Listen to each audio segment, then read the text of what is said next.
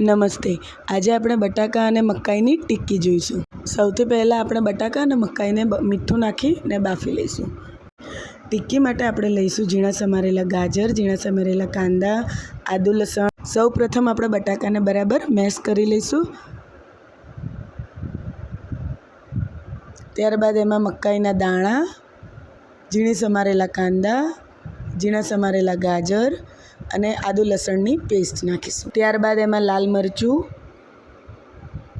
ધાણા જીરું પાવડર, હળદર, ગરમ મસાલો અને ચાટ મસાલો અને મીઠું સ્વાદ પ્રમાણે. ત્યારબાદ એમાં અડધા લીંબુનો રસ અને અડધી ચમચી દળેલી ખાંડ ઉમેરીશું અને બધું બરાબર મિક્સ કરી લઈશું. ત્યારબાદ આપણે આ મિશ્રણમાંથી એક સરખી ગોળ ટિક્કી બનાવી લઈશું.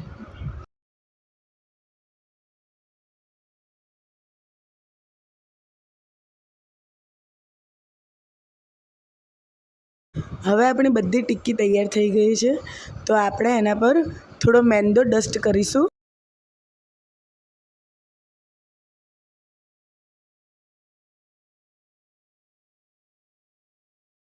અને ત્યારબાદ આપણે બધી ટિક્કીને સેમી ફ્રાય કરી લઈશું.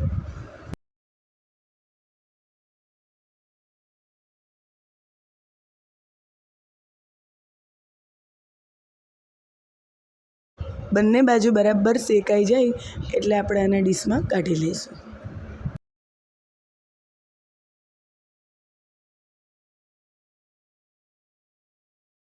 ત્યારબાદ આપણે આને ગરમા ગરમ સર્વ કરીશું. Thank you for watching. Har Har Mahadev.